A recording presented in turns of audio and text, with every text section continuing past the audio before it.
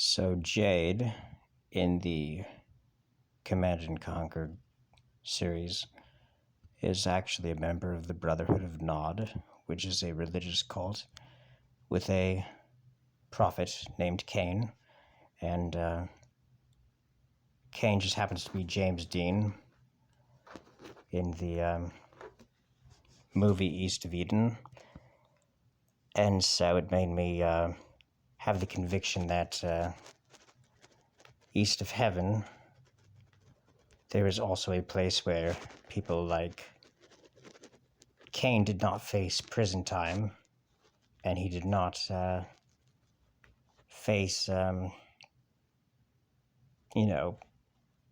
justice for the crime of killing God's favorite of the two of them, but they were both prophets, and he might have had a very good public defender, a very good attorney who did favor him, because we don't know the entire story, and sometimes I feel like it might have been that Cain was a farmer, so he preferred, instead of blood sacrifice, if God is omnipotent, perhaps he should be just as pleased if he offers up something that is grown out of the ground by a farmer rather than domestication of animals and blood sacrifice to atone for sins and all the abuses that would come with slaughterhouses. So we just don't know. Also, because most of the greatest genocides that have ever taken place are actually attributed to this god who had found favoritism with Abel. I mean, you could lovingly put your beloved brother out of his misery, not so much out of jealousy, but to prevent him from becoming enslaved to something that you feel is just as bad as becoming a slave to, like, Darth Vader or the devil or something, because the scriptures do definitely show that God has the epitome of good qualities and love and mercy. At least he says so, but there are demonstrations in scripture where the justice of God is worse than the justice of Pol Pot. I mean, he was going to kill over 99% of the Jews after telling them how much he loved them in the wilderness, for something that's not even criminal. I mean, they had reason to be kind of scared and reason to kind of doubt this God who just committed a big genocide against the babies and children in Egypt because they didn't have the blood of a virgin lamb smeared on their doorposts, and he was going to create a greater genocide than what the Third Reich did over something like that. And the only thing that stopped him was Moses was actually choosing to tell him, when God told Moses, "Let me go," Moses refused, kind of like Jacob refused to let go when God asked him to, okay? And of Jacob, it was said, "You have fought with God and you have won." This man's name right here, his name is Jacob. Mussolini means Jacob. Benito means blessed.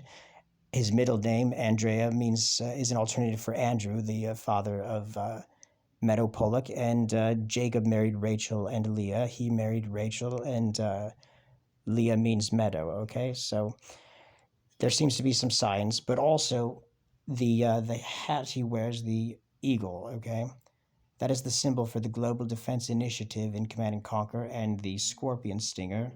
The Scorpio is the zodiac for both for the tribe of Dan, which is the tribe that was the rear guard of Israel. They came out of Egypt with the most people and the strongest military, and also Dan means judge.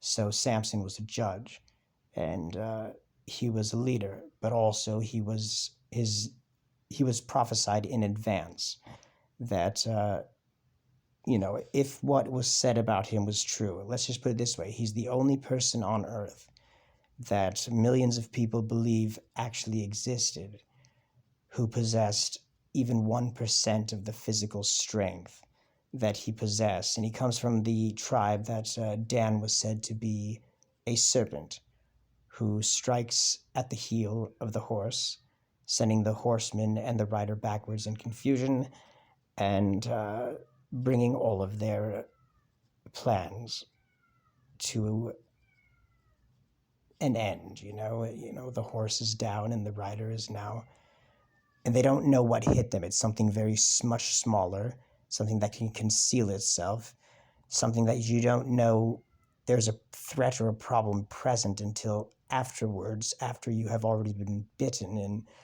you really don't have much defense against some of these serpents. So what appears to be a problem can actually be the solution, such as after Moses was told, "Do not create a graven image of anything on this earth," because of the likelihood of it turning into idolatry, he tells them the opposite: create a graven image of the animal that is most associated with the fall of mankind, most associated with the devil, because the scriptures call Satan the dragon and the ancient serpent, and the word dragon comes from the word draconem, which means great mighty serpent.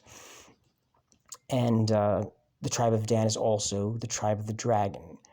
It's also the tribe of the spider. That's one of the seven animals assigned to the Scorpio zodiac. It's also a female-dominant tribe because the animals associated with the tribe of Dan, they're all female-dominant. But also Dan is associated with the animal that is associated with the Messiah, which is the lion. Only Dan is called a lion cub, okay?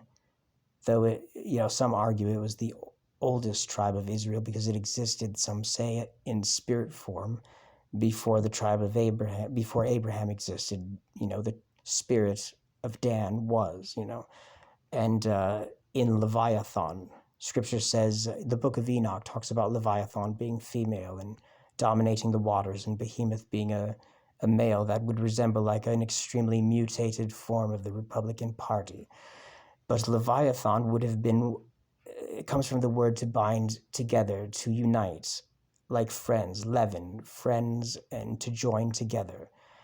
And the mother of Jacob, who got Jacob the blessing that was supposed to go to someone else through breaking the rules, through deception, and through theft. Her name, Rebecca, means to bind together, to as in one, as in matrimony, okay? To make multiple become one, to bind. And so one rod can be broken rather easily.